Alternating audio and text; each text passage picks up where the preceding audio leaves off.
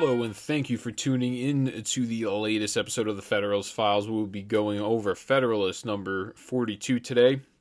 It is titled The Power Conferred by the Constitution Further Considered, written by James Madison, January 22nd, 1788. Topics include condemnation of slavery, uniform rule of naturalization, coining of money, facilitating commerce, and enforcing commercial and counterfeit laws.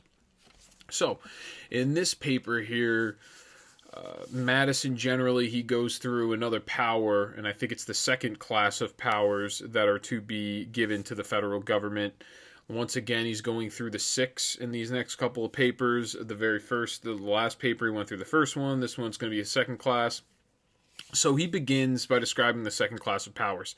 He states, and I quote, which regulate the intercourse with foreign nations, to wit, to make treaties, to send and receive ambassadors, other public ministers, and consuls, to define and punish piracies and felonies committed on the high seas and offenses against the law of nations, to regulate foreign commerce, including a power to prohibit after the year of 1808 the importation of slaves, and to lay an intermediate duty of $10 per head as a discouragement to such importations. End quote. So he's going to get into this a little bit. The importation of slavery or the slave trade, internationally at least, getting them from Africa, having them come to the United States, was to be prohibited in 1808. This was considered a deal between the northern and the southern states, or the people that were for slavery and the people that were against slavery. And then he also goes into the idea, because in the Articles of Confederation there wasn't anything written about prohibiting slavery, and then there also wasn't anything written about the consuls and certain ambassadors, I believe, or rather ambassadors accepting them into the United States, which is funny. So we've had ambassadors and consuls, which are considered like independent sovereignties within other countries that can act as a access point for other country governments. So if we have a consul with ambassadors in Germany, the German government can go to that consul and talk to our ambassador of Germany, and then that ambassador will transmute the information back to the United States. And we've had this now since the inception of the United States, really, or the inception of the proposed Constitution. So the power of making treaties and sending and receiving ambassadors are both contained in the Articles of Confederation. Madison explains that the Constitution will consider ambassadors the highest grade of public ministers that will be used in foreign affairs as the United States sees fit. These ministers and consuls will be utilized to aid in foreign commerce and formulating treaties. So that's the reason for having those. They're calling them public ministers or ambassadors. So he goes on to state, and I quote, and that a power of appointing and receiving other public ministers and consuls is expressly and very properly added to the former provision concerning ambassadors. It is true that where treaties of commerce stipulate for the mutual appointment of consuls whose functions are connected with commerce, the admission of foreign consuls may fall within the power of making commercial treaties, and that where no such treaties exist, the mission of American consuls into foreign countries may perhaps be covered under the authority given by the 9th Article of the Confederation to appoint all such civil officers as may be necessary for managing the general affairs of the United States, end quote. So he does say this was added, the idea of consuls and the idea of other public ministers was added to the Articles of Confederation. So the Articles of Confederation did have a provision for this, but it did not have the consuls and the public ministers. So the proposed Constitution is adding really to the 9th Article of the Articles of Confederation. And then I think he also, the admission of foreign, and that was another thing, is it also added the admission of foreign consuls, which will have to do with commercial treaties. That is something that is considered new as well in the Constitution. So the next point of contention is the power to define and punish high sea felonies and piracies, as well as offenses against the law of nations. Madison points out that there is no present provision on this subject in the Articles of Confederation, but the proposed Constitution will have provisions to establish a system of courts for the trial of these offenses. Madison notes, so he goes on to talk about this. He states, and I quote, "The power to define and punish piracies and felonies committed on the high seas and offenses against the law of nations belongs with equal propriety to the general government and is a still greater improvement on the Articles of Confederation. These articles contain no provision for the case of offenses against the law of nations, and consequently leave it in the power of any indiscreet member to embroil the Confederacy with foreign nations. The provision of the federal articles on the subject of piracies and felonies extends no further than to the establishment of courts for the trial of these offenses. The definition of piracies might perhaps, without inconveniency, be left to the law of nations, though a legislative definition of them is found in most municipal codes." End quote. Interesting. So the law of nations, the idea of piracy would be something that would be figured out through some sort of a treaty or some sort of law of, like I said, law of nations, law of maritime operations. So the way that common law really works is, as it pertains to the land itself, that has jurisdiction. So the United States of America, from California all the way to New Jersey, all the land in between that is considered United States land, and it is the jurisdiction of the federal government and the individual state governments of those states that are there. Now, when it comes to maritime operations, there's some international law, from what I've read, because I did a weird project on this having to do with, I think it was like the South China Sea, or there was some sort of ice. There was some sort of land that was recently, it was not established who actually owned it, and it was 50 miles from the Canadian border and up north in Canada, but it was also very close to Russia and China as well. And they were all fighting over this land because it had a lot of natural resources. Apparently it had oil, it had natural gas, and also apparently had some gold as well on it. And the rules are something that pertain to, and it's an international law, as in if this piece of land is 50 miles off the shore, whichever one's closest, somehow that is, and it's not really technically land, it's more like icebergs, which really doesn't make it the jurisdiction of anybody, but if the nearest country within like 50 miles somehow can claim that land, from what I ended up reading, it was very weird and convoluted, but that's just an explanation, or that's an example of what a law of nations would be. So that was up to the law of nations to decide on the specifics of what piracy actually is. But the Articles of Confederation had no provision for the case of those offenses against the law of nations, and consequently it ends up leaving it to, let's say, if there's a piracy, 20 miles off the coast of New Jersey, then somehow now the New Jersey state court is in charge of handling this and enforcing the piracy. It's weird, which is why it should be the power of the general government or the union. And once again, I'm just going through all of these. These are all things that are of the jurisdiction of the federal government. These next couple of papers and the preceding one before this one as well. And that's what's important, is when you go through everything that the federal government, their actual scope is, you realize that their scope really isn't that large, and a lot of these, there's been an overstepping of their power in the federal government, and the things that they handle now. Things they handle now is they're now in charge of redistributing wealth, taking money from one person, or extreme exorbitant taxation they take from one person to pay for the other person. So next, Madison, he explains the provision as it pertains to the slave trade, and this is very interesting here. So he states, and I quote, "It were doubtless to be wished that the power of prohibiting the importation of slaves had not been postponed until the year 1808, or rather that it had been suffered to have immediate operation, but it is not difficult to account either for this restriction on the general government or for the manner in which the whole clause is expressed.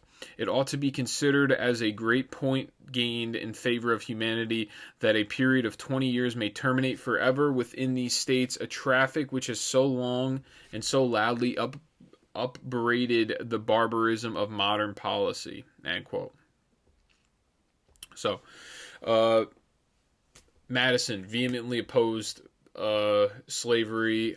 I'm pretty sure I think Madison had a couple of slaves, and upon his death they were freed men, and then Alexander Hamilton didn't even hold slaves, and he was completely opposed to it.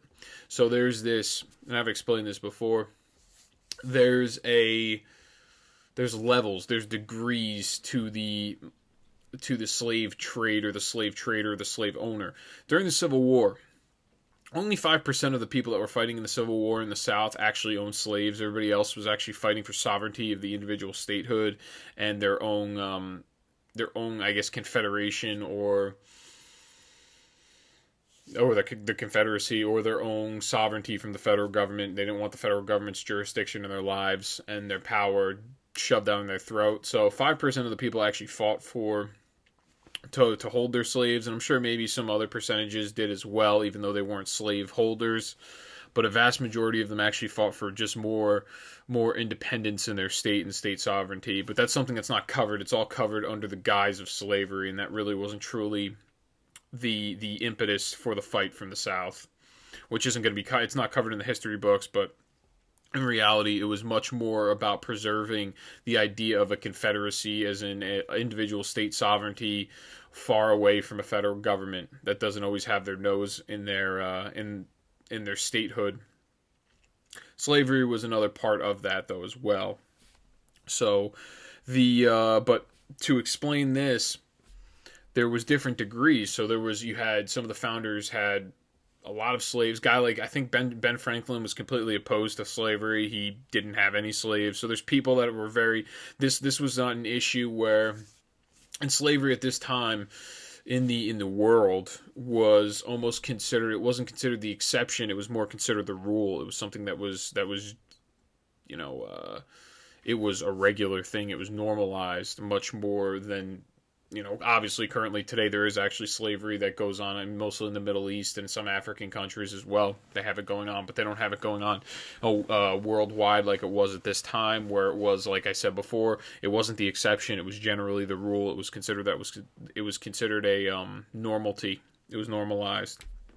So just to try to put that into some sort of context, because I know everyone likes to rip the founding fathers, making like they were all vehement racists and they were all slaveholders, which actually is not, it's just not historically true.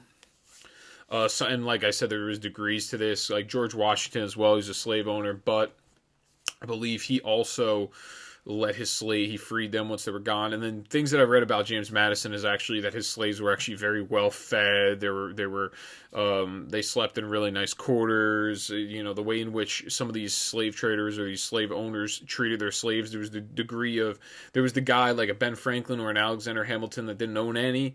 Then there was the guy like James Madison that owned slaves, but he treated them very well. I'm not sitting here making it like, slavery was completely fine.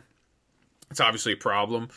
But there was just different degrees. Then there was the guy that obviously treated his slaves like total garbage. So, but that's just to try to put into some sort of context. So it wasn't that everybody was an adamant supporter of slavery that signed the Constitution or put the Constitution together.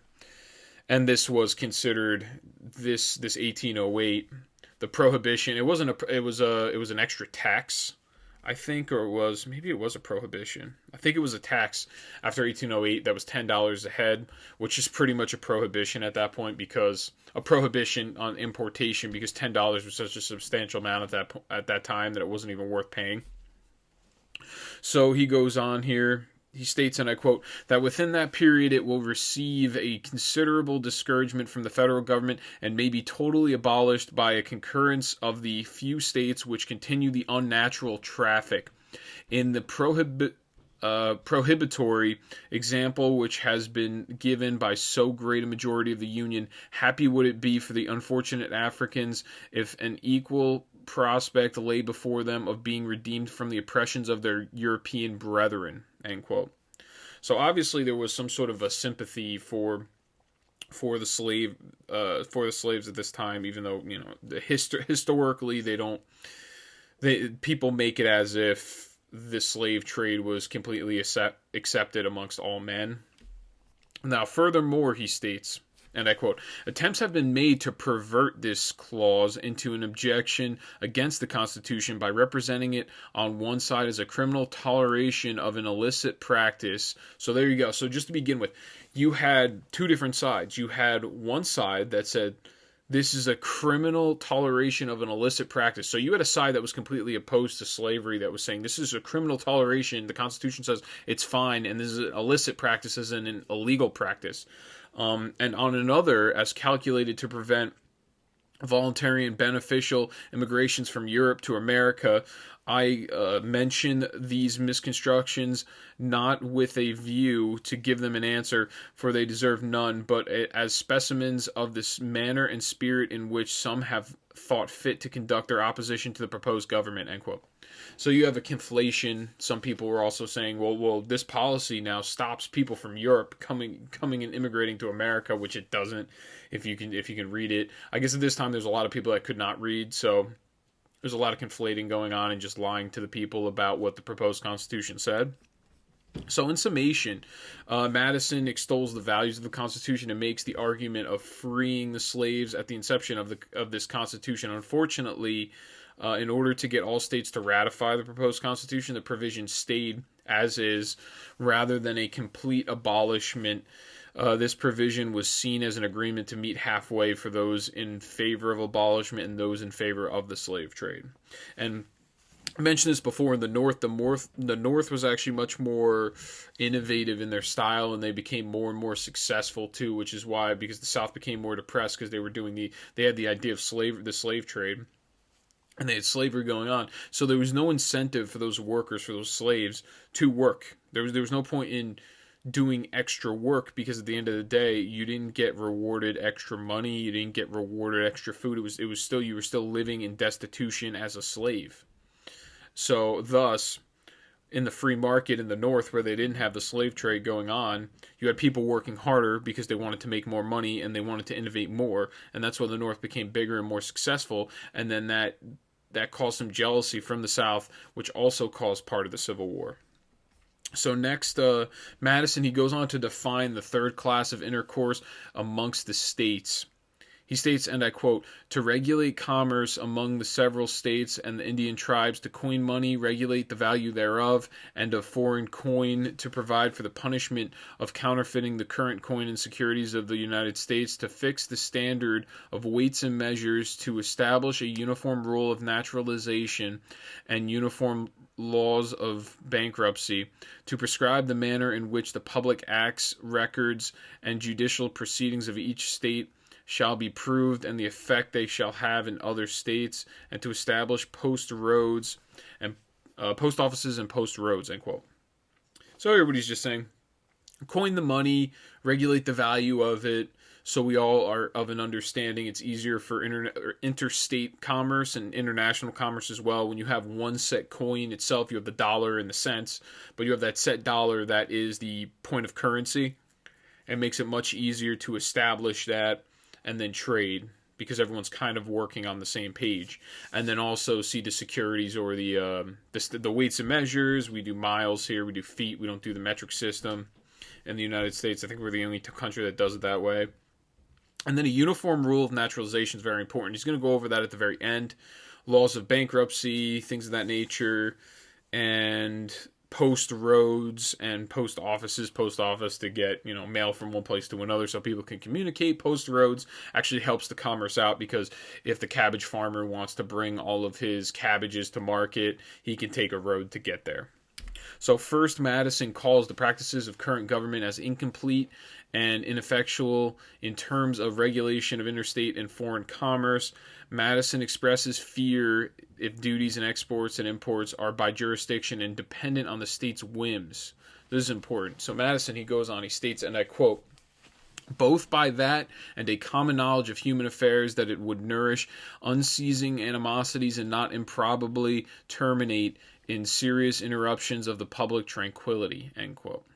So he's going to go on here and he's going to talk about, if you had states making the regulations as it related to exports and imports, you'd have some serious problems, because there would be jealousies. And then the states that were the commercial states that were, growing crop and selling it to the states that weren't as commercial as them, they would increase the tax exponentially so they can make out on the fact that they could take advantage of the other state, the fact that they were not as a commercial of a state. So he states this here.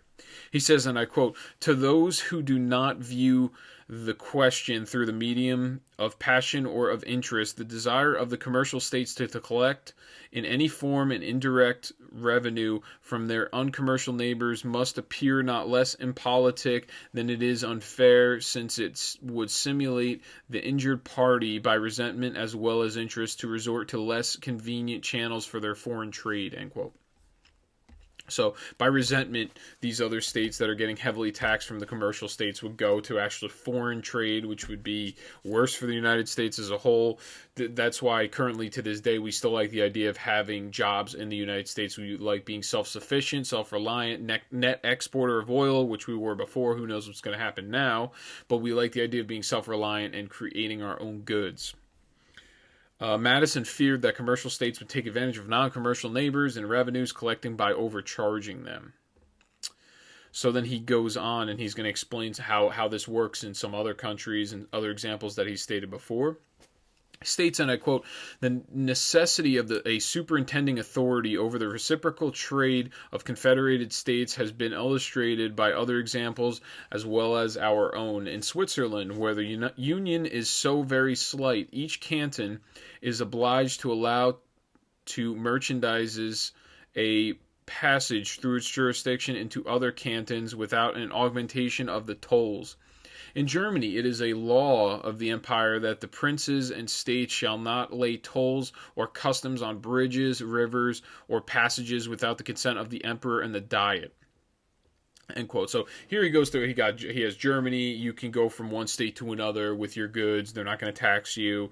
And then in the idea of the canton, which was kind of like a territory or a state in Switzerland, you can go from one canton to another, and they're not going to tax you for passing through their jurisdiction.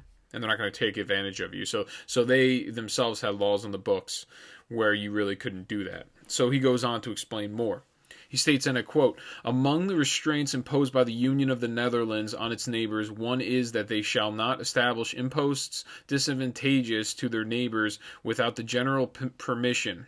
The regulation of commerce with the Indian tribes is very properly unfettered from two limitations in the Articles of Confederation which render the provision obscure and contradictory.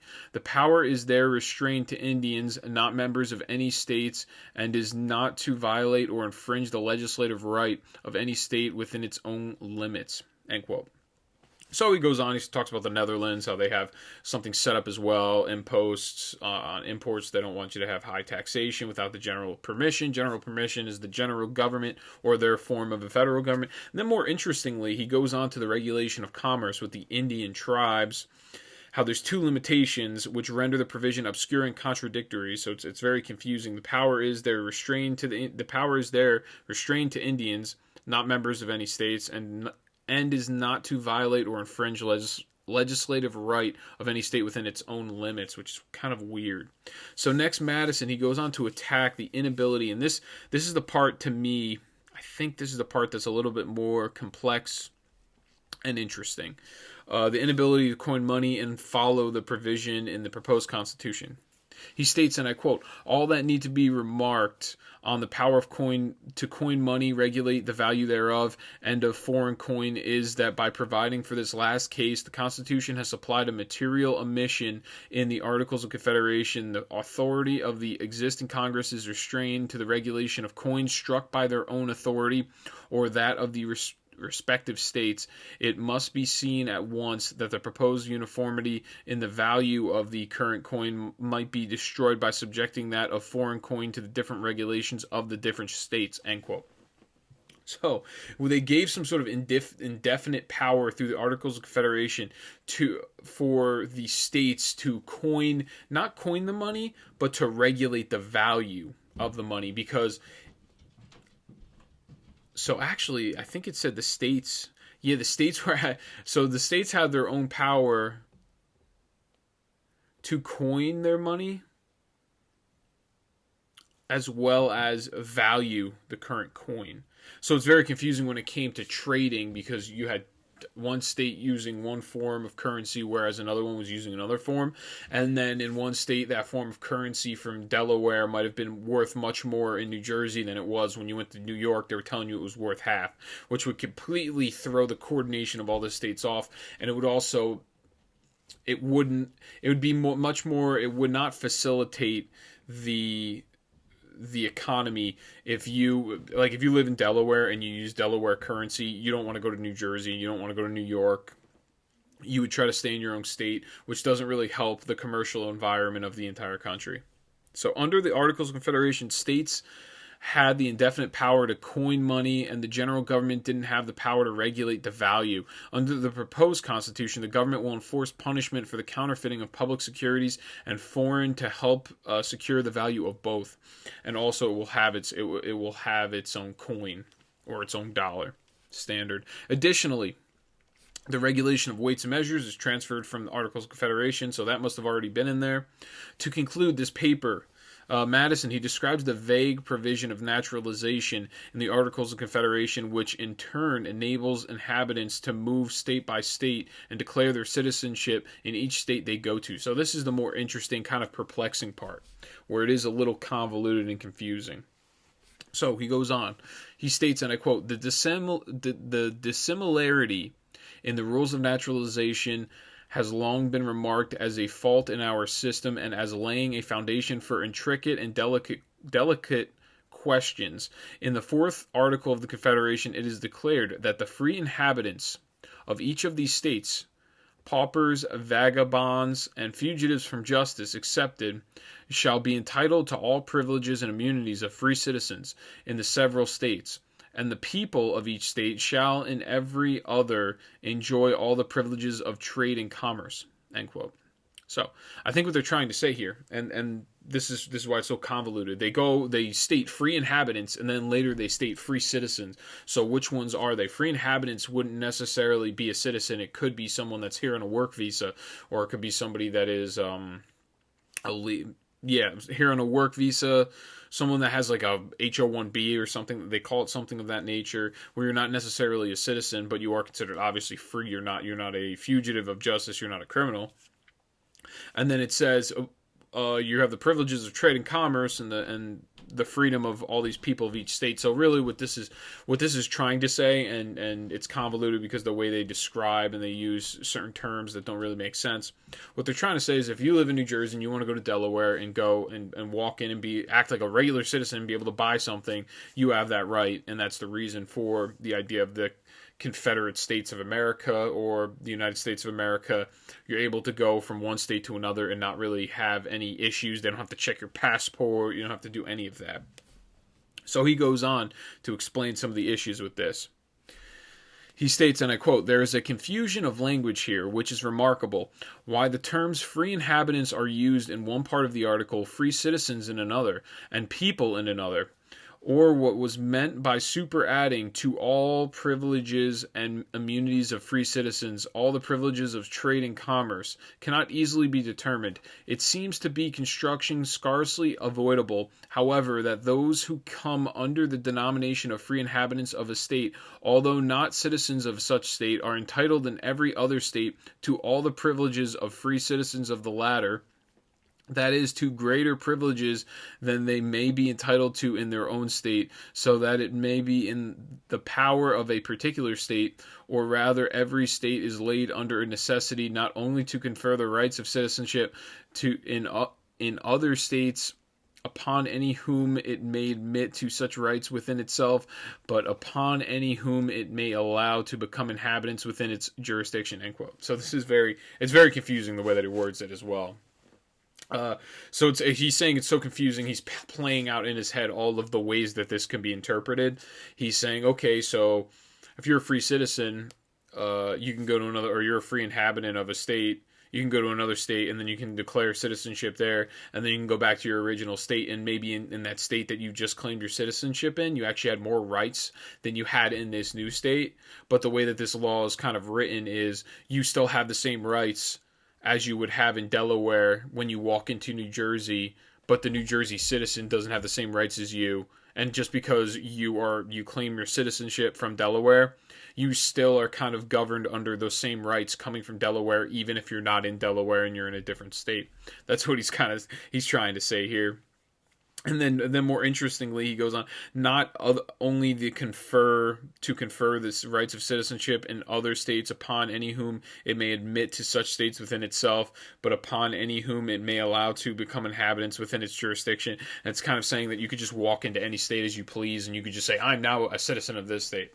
And it is very weird. And then people that are free inhabitants could just walk wherever they want and just say, hey, I'm now claiming that I'm a citizen of this state. So it is very weird. So he goes on to explain this even further. He states, and I quote, "But were an exposition of the term inhabitants to be admitted which would confine the stipulated privileges to citizens alone, the difficulty is diminished only, not removed. The very improper power would still be retained by each state of naturalizing aliens in every other state. In one state, residence for a short term confirms all the rights of citizenship. In another, qualifications of greater importance are required. An alien, therefore, legally incapacitated for certain rights in the latter, may be by previous residence only in the former elude his incapacity, and thus the law of one state be preposterously rendered paramount to the law of another within the jurisdiction of the other." End quote. So, simply enough, he's saying we were giving the rights to, or the power of naturalization, making people citizens of the United States, to the states. So in Delaware, they can say, okay, in Delaware, you need 2 years to live here, and for 2 years, then you become a citizen. In New Jersey, they say you got to live here for 5 years, then you can become a citizen.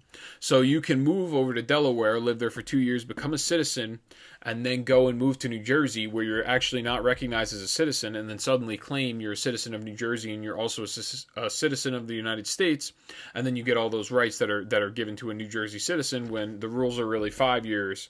It's just a way to kind of circumvent the system and subvert it. It's very confusing, which is why they needed a set uniform rule through the Union. So the most important thing is that he says is be preposterously rendered paramount to the law of another, and thus the law of one state be preposterously rendered paramount to the law of another within the jurisdiction of the other. Which is, so one state ends up somehow overpowering the law. Delaware's law overpowers the law of New Jersey, while the person isn't even in Delaware anymore. And that's what he's alluding to. And just to try to put it in more simple terms, in other words, those who are not citizens of America or citizens of a certain state can at will renounce their citizenship of one state or country in favor of another and receive privileges of a citizen of that state. So I got 2 more quotes here. So he goes on. He states, and I quote, and I think this is where he talks just in a general sense. The uniform rule of naturalization. He states, and I quote, "The new Constitution has accordingly, with great propriety, made provision against them and all other proceeding from the defect of the Confederation on this head, by authorizing the general government to establish a uniform rule of naturalization throughout the United States. The power of establishing uniform laws of bankruptcy is so intimately connected with the regulation of commerce and will prevent so many frauds where the parties of their property may lie or be removed into different states, that the expediency of it seems not likely to be drawn into question. The power of prescribing by general laws the manner in which the public acts, records, and judicial proceedings of each state shall be proved, and the effect they shall have in other states is an evident and valuable improvement on the clause relating to this subject in the Articles of Confederation." End quote. So, what he's saying here is it's also important to have the laws of bankruptcy and then the general laws, the public acts, the court system, the records, the judicial proceedings, they say, of each state shall be proved. The reason for having all these things also set through the Constitution is it sets a timestamp. It sets a recording of, okay, so this person lives in this state. And that's, I think, what he's trying to say here. It sets the precedent that by establishing this commerce, the regulation of commerce, by establishing, I think the general laws, public acts, public records, by having all of that, it gives, okay, so this person, based on the public records, this person lives in New Jersey.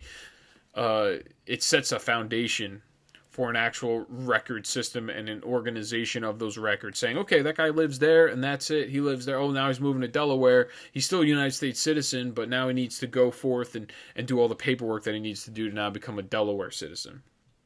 And that's very important to set that forth, or else then we just have people rambling, just walking around, claiming, I mean, here, what I would do, my first move would be always every single year to declare that I am a citizen of Florida, so I don't have to pay state income tax or capital gains tax, any money that I'm making. I just don't have to pay anything on it. That's what I would do personally. So Madison asserts that the proposed Constitution will authorize the federal government to establish a uniform rule of naturalization throughout the United States.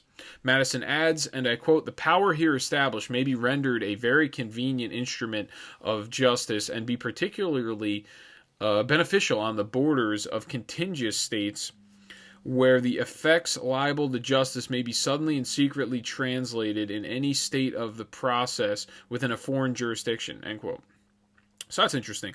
So having this court system, having these public records, it's very important to states that are right at the border, right next to other foreign jurisdictions, because then it establishes a precedent for, okay, you're in this jurisdiction, you're in the United States at this point, these are the laws and you have to follow them, which is very interesting.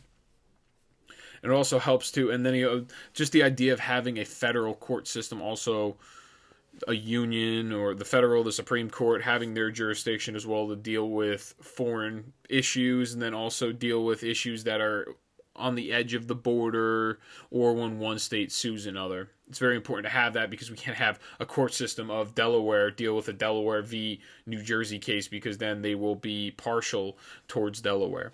So Madison, he ends his paper with the harmless power to establish post roads in order to facilitate the intercourse between the states. And that's how he ends it. So that will conclude this one. I greatly appreciate everyone for tuning in. Just do me a favor. Share the podcast, support the podcast, like, share, subscribe, let people know. Word of mouth is how I get the podcast going around. Make sure you check out the weekend special and any of my other current events if you're not so interested in the nitty-gritty of the Constitution through the Federalist Papers. So thank you very much. I appreciate it, and everybody have a good weekend.